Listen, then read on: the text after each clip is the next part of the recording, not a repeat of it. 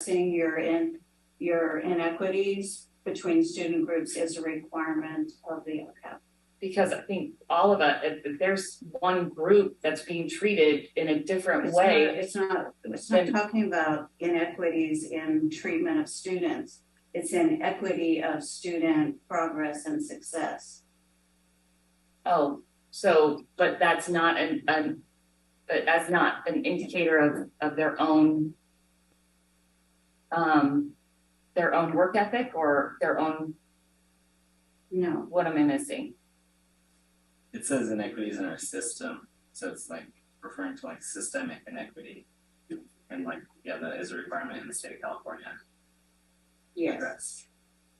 Okay, but as a board member, like I don't. So okay.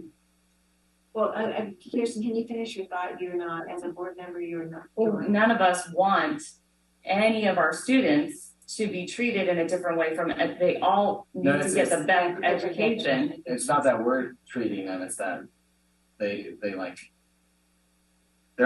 we aren't the only place they interact or exist. Like there are inherently inequities in our society, and they're reflected in education. So it's about how can we close the gaps. So then the state of California makes us talk about this and address it in our system and not look at YCUSD. Where are we?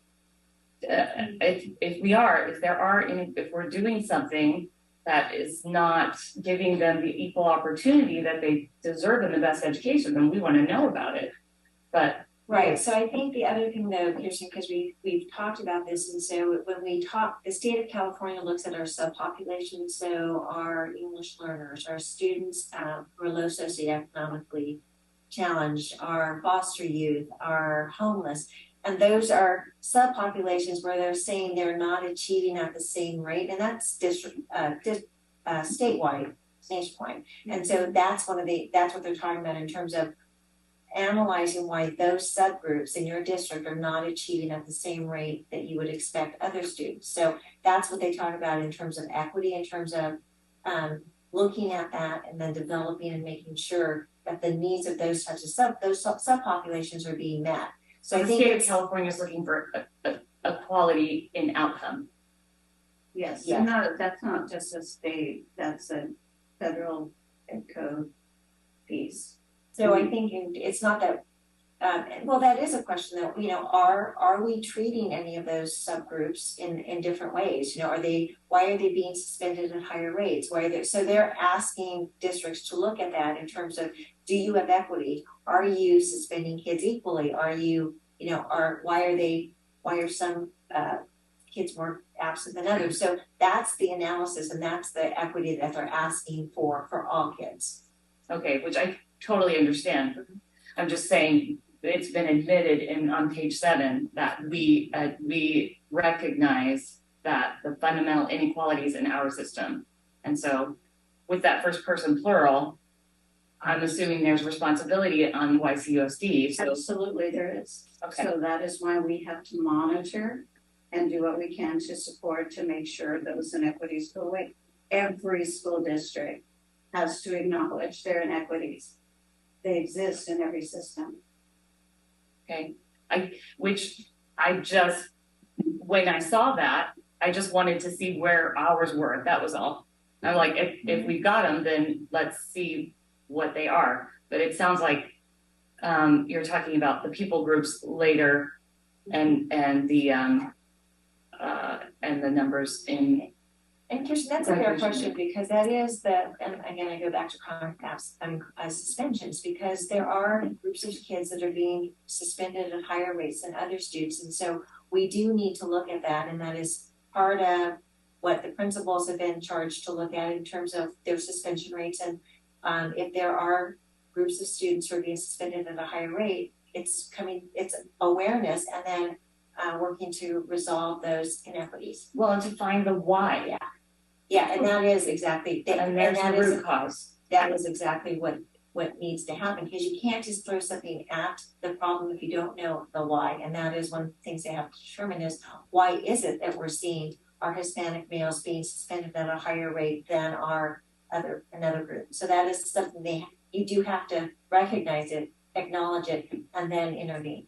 The more kids are involved in school, the less they're suspended. It's the kids that aren't doing anything in schools. And that's part of the responsibility of the district is to determine how we can engage those students. One of the big fundamental aspects of the LCAP is input, getting input from teachers, input from the administrators, input from parents and students as well, so that you can, it's not just about researching, it's also about taking that input from everyone. It's sad because like athletes and other kids who are involved in everything in school, they're not getting suspended because they know there's going to be a consequence. And kids who aren't involved, they don't care. Honest, some don't, you know what I mean? They don't have stake in the game there. You know, they're just not applying themselves at school sometimes. It's the ones who they're kind of, you know, quiet, shy, stay away, don't engage in things. Well, that's when they try to engage them, you know, in clubs and all this different stuff, and a lot of them just, that's from what I see. I see the kids that are more involved are less likely to be suspended from school. Right. Any other questions on the LCAP?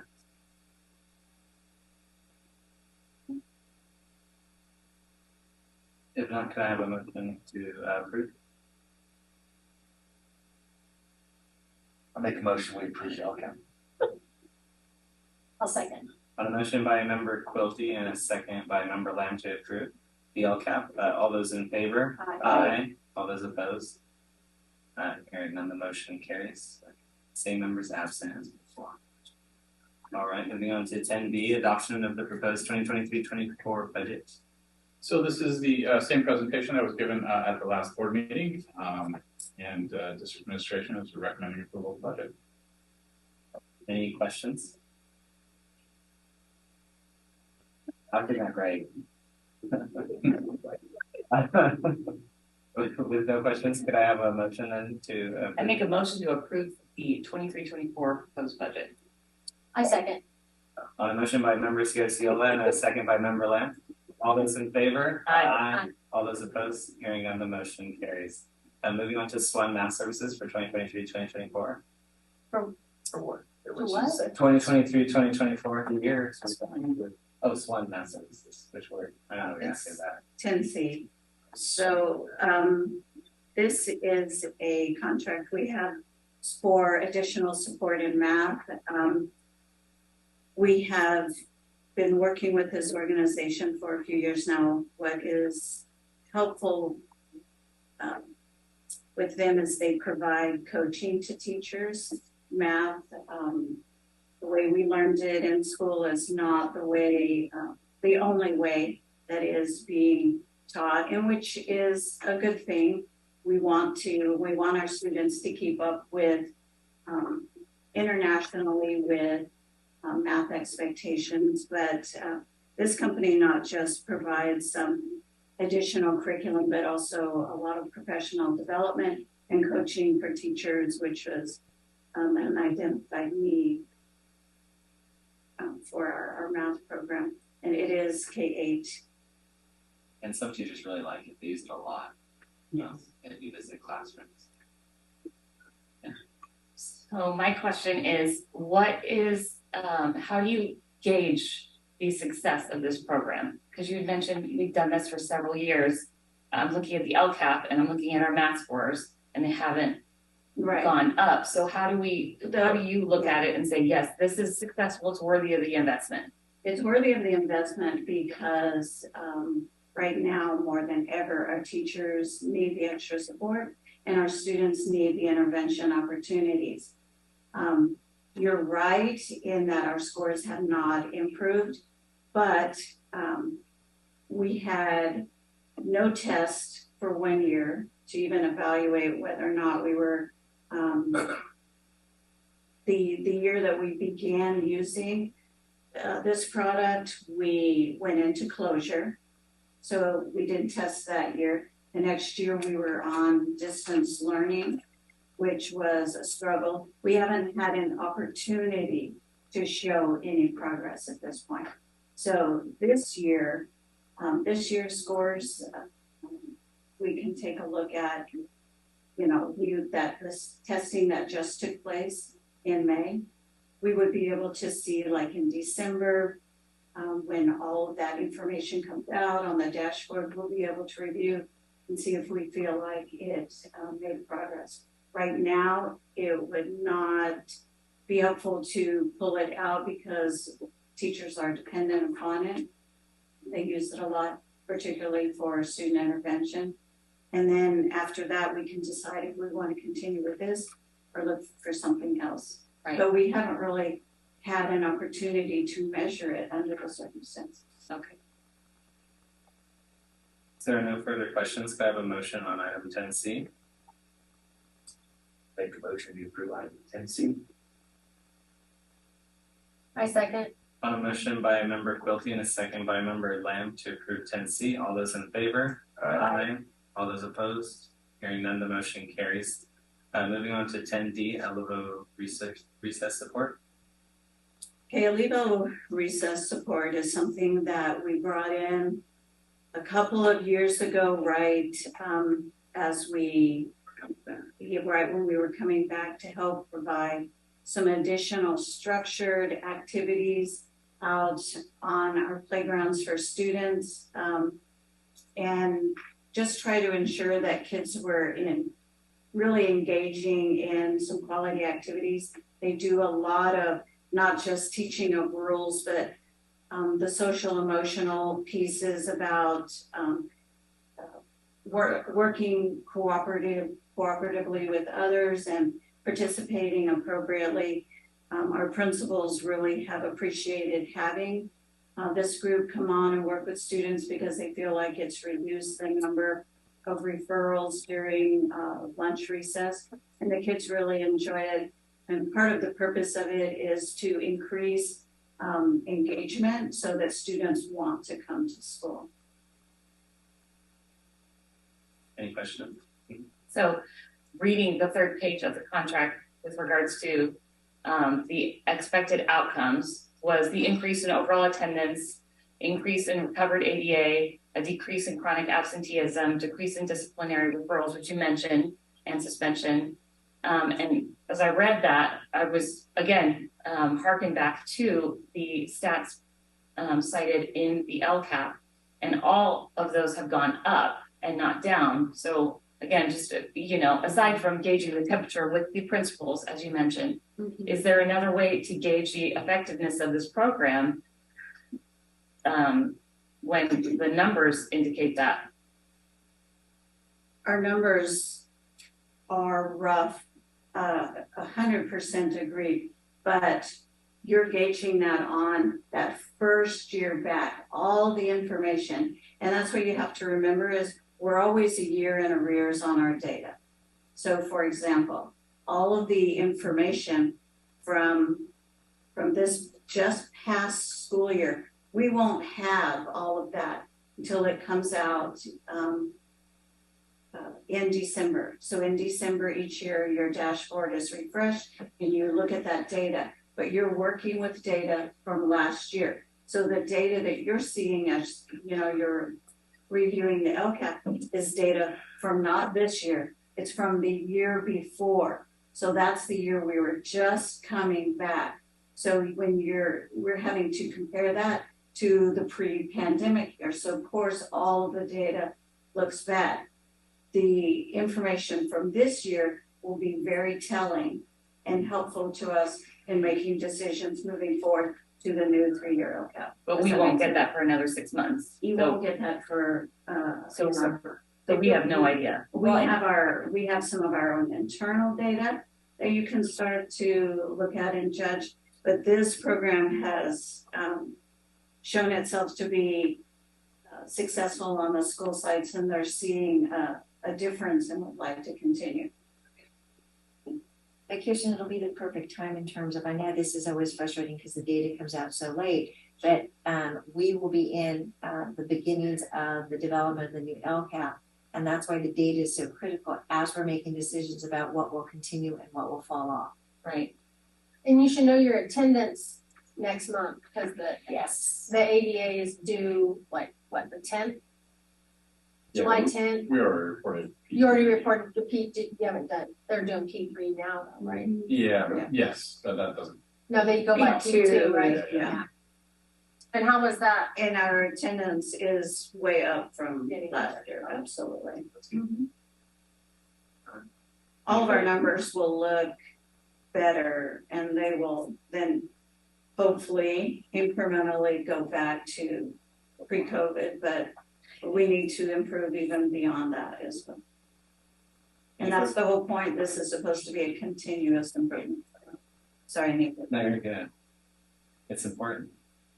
Any further questions on the recess support? Yeah. And I remember way back when too, and this was a request from the sites too, that they were specifically asking for this type of help. So I'm glad it's working.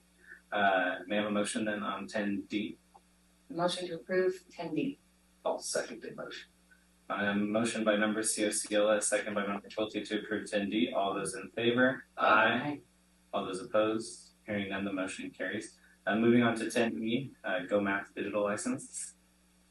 Okay, so this is our math, our adopted math program.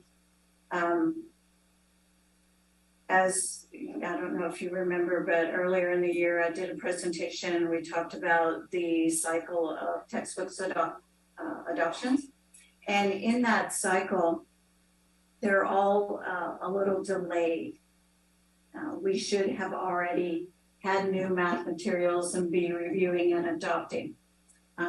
But due to the pandemic, they stopped work on the math frameworks and all the frameworks. And so that has not been updated. So when you purchase and you do an adoption, you do it for the period when you anticipate your next adoption to come around. Well, since that didn't happen, we are delayed. And so our adoption didn't cover, while we have plenty of consumables and we're buying just small amounts of the paper textbooks piece, the digital licenses are a continued extensive cost. So in order to renew that, we need to pay for this. But the adopted materials we have to have. Any questions? We have a motion on 10E. Make a motion, we approve 10E. I second. On a motion by member Quilty, a second by member Lamb to approve 10E. All those in favor? Aye. All those opposed? Hearing none, the motion carries. iReady products and services. Okay, our district assessment program is iReady.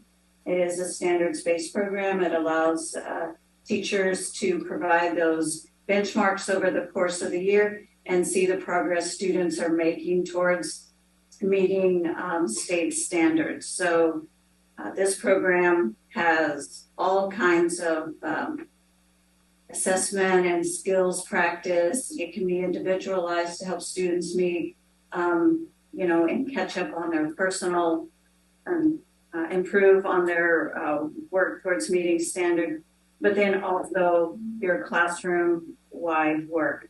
So this is the product the district uses, and they also provide professional development for teachers and support for administrators in addition to just the product for students. Any questions on 10F? What has been the feedback with regards to this? iReady is very popular because, like I said, what students can take the test or take that initial diagnostic test, and then it will provide teachers the exact standards that the students are missing. So you can pick like 3 standards you want information on for your particular class, and it will move the kids into different groups and say, these kids need intensive work.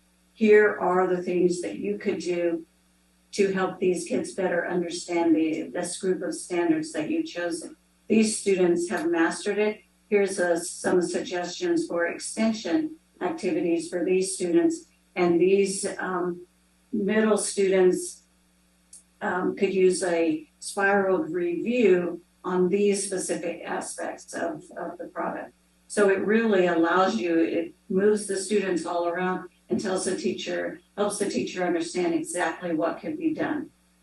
So that's one big helpful piece. As a district, we were able to look district-wide at how our total groups of students are doing and the types of things we might want to consider for district-wide level intervention.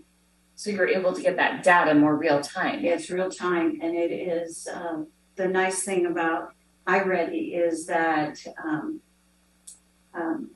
it is very much mirrors what the state expectations are. So it's a very good predictor. Like when the kids take the diagnostic in the spring, it gives us a lot of information and it's very predictive for CAS.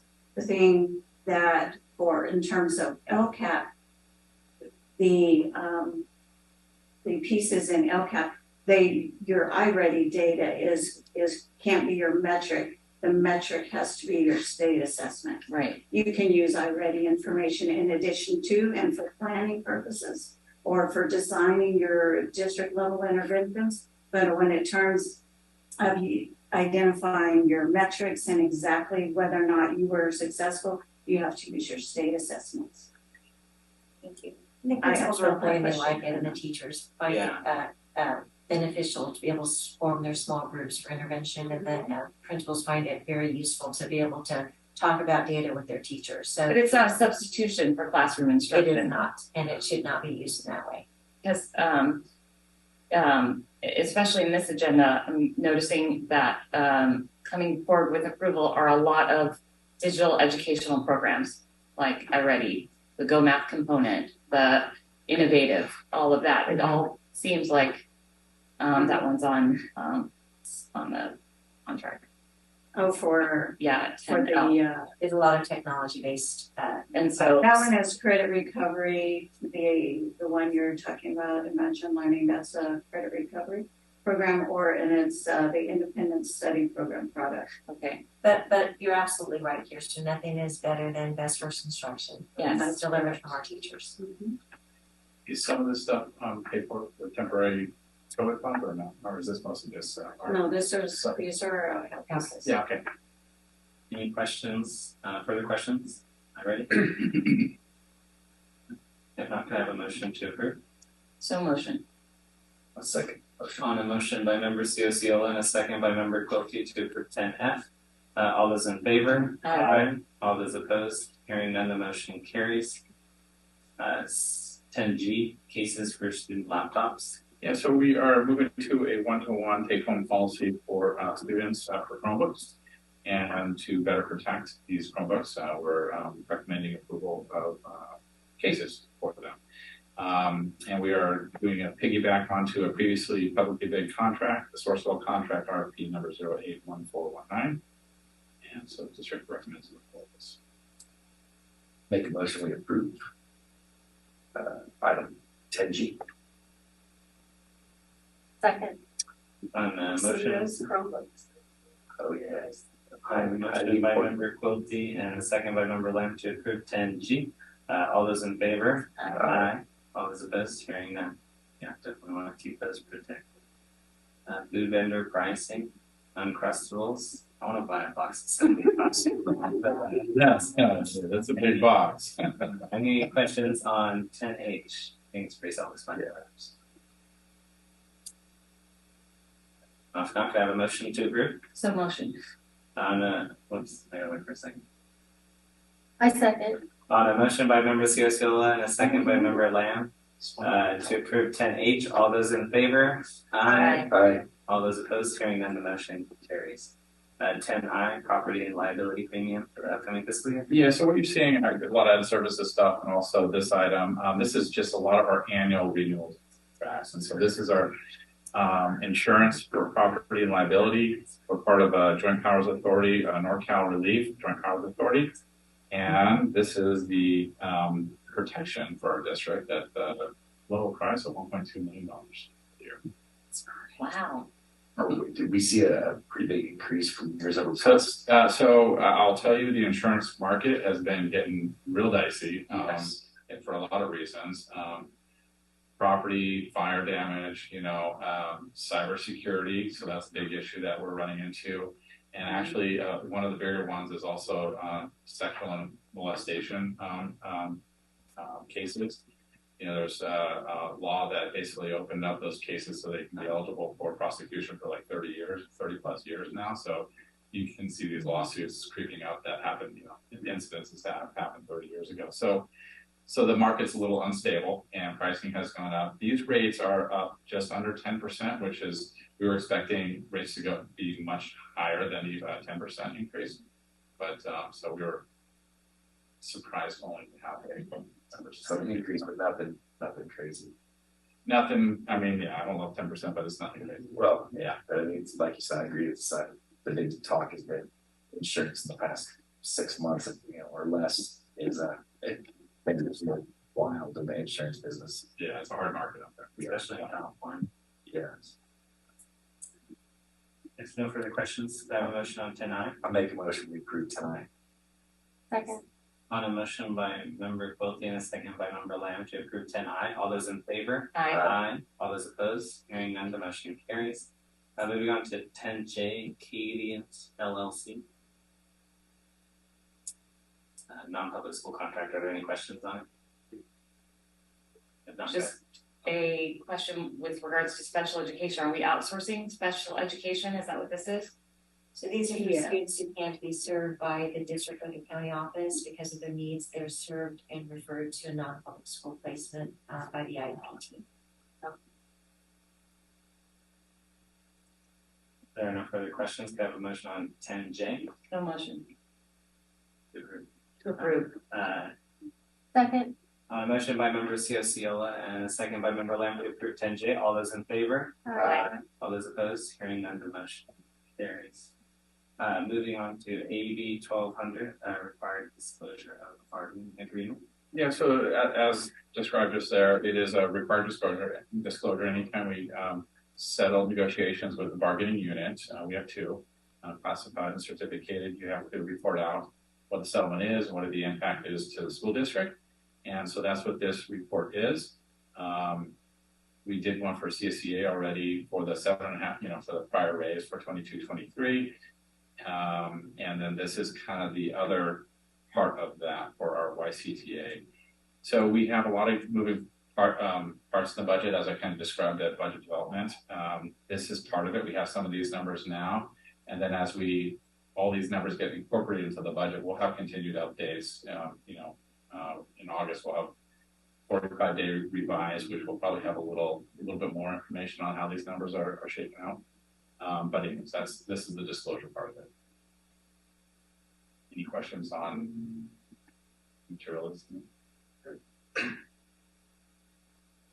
I make a motion to approve 10K. Second. On a motion by member Ciociola and a second by member Lamb to approve 10K. All those in favor? Aye. All those opposed? Hearing none, the motion carries. Moving on to 10L, YCSD staff report. So at a previous board meeting, the board approved the appointment of Florentino Guzman to the position of Assistant Superintendent of Educational Services. This evening, the board is being asked to approve his contract. It's a 3-year contract extending from July 1, 23 to June 30, 2026.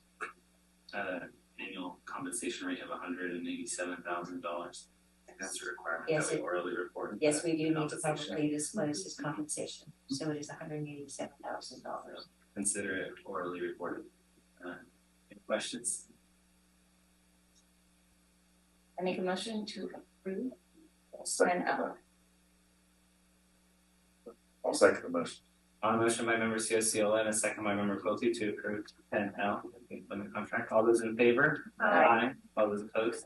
Hearing none, the motion carries. Moving on to 10M, proposed revisions to board policy, second reading request for approval.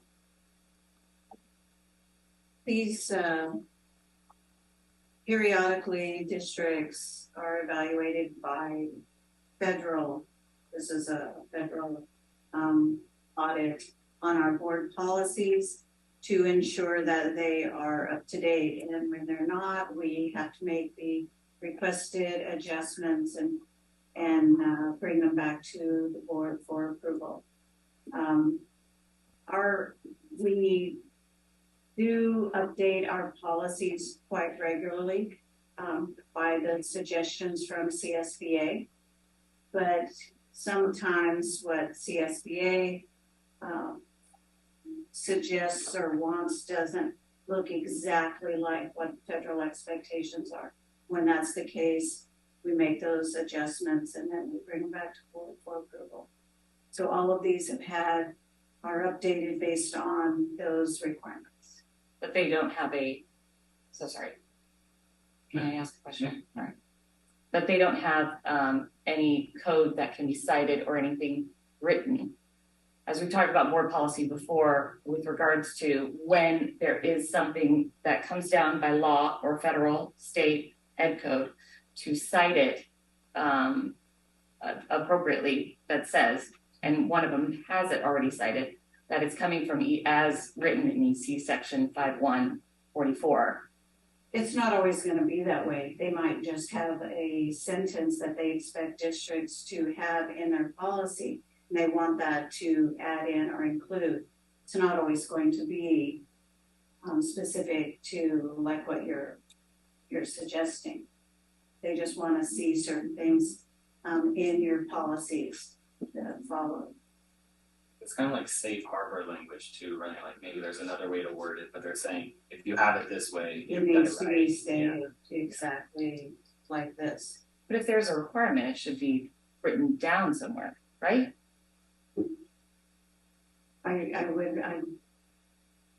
Yes, it should be. Is it? Not always. It's going to, here's the thing. There is policy, ed code for each of these policies. It's not that the ed code is in dispute. What is in dispute was the way the lawyers that are writing it for CSBA have written it and provided it to the districts. So what the federal audit does is ask you, well, this isn't exactly what we meant by this ed code. So we want it worded, the expectation is that it's worded this way. So then we change our policy to match what their expectation is, because we don't have a choice but to do that. That makes sense. Are you going through each one of these individually, or can I? No, I mean, if you have a question, I'll answer it if I can. Okay, policy 5145.3, non-discrimination harassment. The policy or the AR, just to be clear. Is this policy? Are we not on policy? Well, there's a policy and administrative regulation. I am on proposed policy 5145.3, the proposed revisions to the board policy. Page 1, what was highlighted, or was in bold and underlined, which is the addition, sexual harassment, and that is in bold and underlined. And then it needs to have a comma, unless it's sexual harassment intimidation. There's no comma after it. Is it not sexual harassment, comma, intimidation and bullying? Or is it sexual harassment, intimidation? Are those two adjectives describing the kind of intimidation? There is a comma. Or at least on Not on page 1. It is on page 2, but not, or on page 1 where it's bold, there is not a comma after, so then it's technically sexual harassment, intimidation. Oh, so a comma between sexual harassment And intimidation. and harassment. I'm assuming because intimidation wasn't in bold. We can confirm that, and if that's the case, approve it with the request to confirm the need for the comma, add it before we put it in our board policy.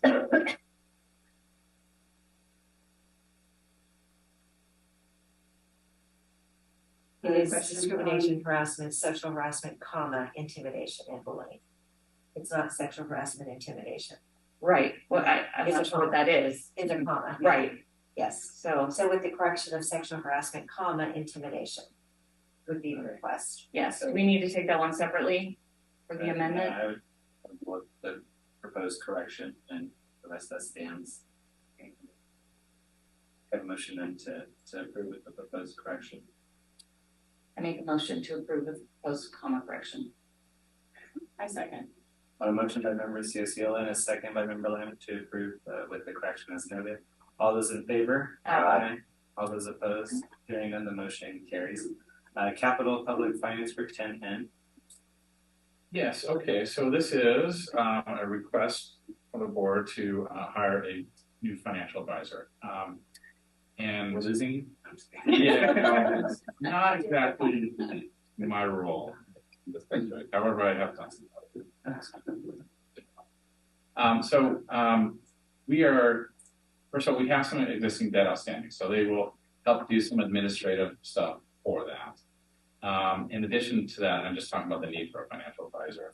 We're going through a extensive facilities master planning process, and we're going to come up with a substantial amount of these. But we're going to need some advice on how do we get some of this stuff done. And they're strategic, they're a consulting firm that will help us strategize on best ways to, accomplish some of this stuff. So that's a big part of it.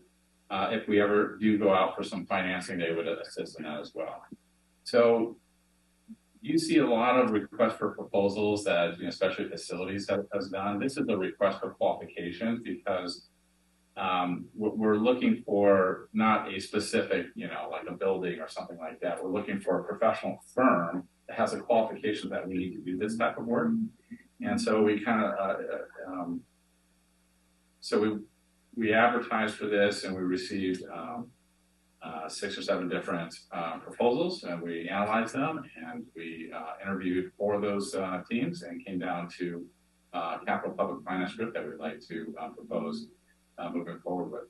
I'll tell you that I have worked with them before, and that was a part of the influencing factors. I've worked with them at Auburn Union School District for 6 years. And so I have that level of knowledge and understanding their expertise in this field. Any questions on yeah? There are no questions. Can I have a motion to approve item 10N? So motion. I'll second the motion. On a motion by member Ciola, and second by member Quilty to approve 10N. All those in favor? Aye. All those opposed? Hearing none, the motion carries.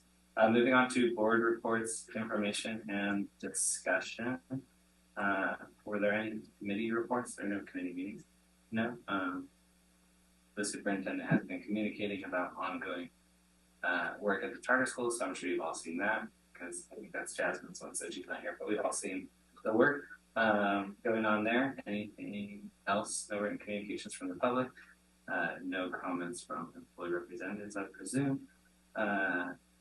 Comments from board members? The Board of Realtors is holding a event for bingo night, August 18th. It was going to be, it took place, this is taking place of our annual golf tournament, which raises money for kids, for clothing for kids. So if anyone's interested in hearing more about August 18th bingo, they are looking for participants in bingo. They're also looking for participants to donate raffle prizes and monetary donations. So this has been a changing year because they typically raise, I've been told, about $60,000 for the kids. And so the golf tournament wasn't where they wanted to be last year, so they're trying to change that at August 18th. So if you need more details, please get a hold of me. Anything else? Bingo. Bingo. Well, as it's the and last meeting that we have Mike Reed and Pam. Oh man, I can't say her last name. Aronzeb? Thank you, pitch hitter. We wish you both the best. Yep. And look forward to hearing great things for both of you. So thank you so much for your service. The board thanks you for your service to the district and appreciate all your hard work behind the scenes. Thank you. I wasn't able to make the gate showcase you shared information with us about. Sorry, Mrs. Contreras, please forgive me. But if there's any other summer school events, I'd love to hear about them and would love to attend any that I can. It's great to see the kids enjoying summer school. Sometimes I think summer school is a little more what school is supposed to be because it's less stress, the pressures are much lower. We just live in such a go society, seeing the kids with a shorter day. Everyone's just really smiling. Love to see. I like summer school. I love to see summer school. So good to see the kids there. Echo Member Ciola's comments. Assistant Superintendent Ronzeb and Mr. Red. We could see what. Sorry, I had to mess up your name just to. It's done worse than that. I can call him Nicole or Zaka. So. I'm just kidding. I appreciate all the work we've done together. Certainly some challenging times that I was here for. So interesting roads we traveled. But challenging times. Yeah, great. Any comments from the superintendent? So, speaking of summer school, we will have a group of summer graduates that will come forward at the July 23rd board meeting. So that's always a fun day to have students who work hard during the summer to finish with those last credits. Students at our Cal are still finishing up, so we're still having graduates finishing up this summer, which is nice to see. Member Quilty, the clothing for kids, will they be asking for volunteers again to help with that event? For bingo, I cannot answer that to you honestly. But the actual clothing, because I know that that's so they needed help with as well. So I don't want to misspeak, but I don't believe we're actually doing the shopping for kids this year. So I don't want to publicly say yes or no because I truly think it's postponed. Because from my understanding is that that's the reason why we're doing the videos. They actually don't have the funds this year to do it. I actually sat in on a meeting, was thinking, oh yeah, I got time. I can help raise money. I can help get donations. But actually, the whole committee thing is, from my understanding, is a lot of time and effort that I don't have. So just let us know if that's the case or what they need help with. Yes. And with that, we are going to have our first annual resource fair on August 2nd, and so that will be held at the Gap, the Goshen Park. And so we will have the health department there. We will have food zones and our preschool programs, and we'll be out there and giving out backpacks and helping families know that may be new to the community or having students enter our school system, what to expect, and help them out. So there'll be a variety of different agencies out there helping our families. And also, I am going to be participating in the meeting. We have a significant number of refugees entering Sutter County and are anticipated to have them entering our schools. What I was told was this is Yuba City and Sutter County is designated as a non-impacted area, which means that refugees will be placed in our community because of the fact that we're not impacted. Actually, an agency by the name of Opening Doors will have a satellite office opening up here very soon, which tells me there are likely to be a significant number of refugees placed in the community needing assistance from just schools and healthcare and jobs. And so we'll be working together with the county to make sure families are the small children have know what to expect. So resource fair on August 2nd, the refugees coming in, and then we will be hosting for the first time an all district event on August 4th, which will be held at River Valley High School. And so it'll be an opportunity for both classified, certificated, the board, us to be all together at one time. We've never been able to do that. It's gonna be a tight squeeze in the gym. In fact, everyone will be invited and have an opportunity. So a way to kick off this school year and for everyone to celebrate Yuba City Unified and all of the work that our staff do. So I'll keep you updated on all those dates. Awesome. Thank you so much. With that, then our next board meeting will be July 25th. Open session will begin at 7 p.m. and then we've been getting plenty of communication, so just keep doing a great job responding about special meetings, availability, and whatnot. So thank you all for that. If there's nothing further, may I have a motion to adjourn? Make a motion, we adjourn the meeting. A second. Motion by member Quilty and a second by member Lamb to adjourn. All those in favor? Aye. That's hearing none. 7:59. Yeah.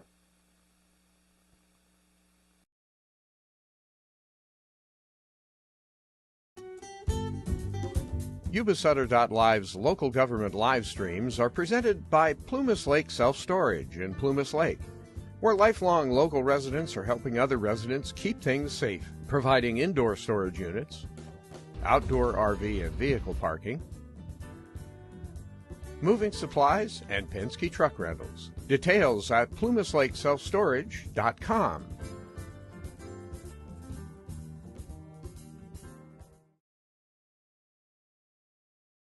Pick your time to attend the Marysville Peach Festival. It's happening Friday, July 14th and Saturday, July 15th in downtown Marysville. You'll find your old favorites like Sidaro's Cobbler and Pies, Peaches and Cream, fresh peaches locally grown, and other fruit to take home and eat. Fun for kids and big kids.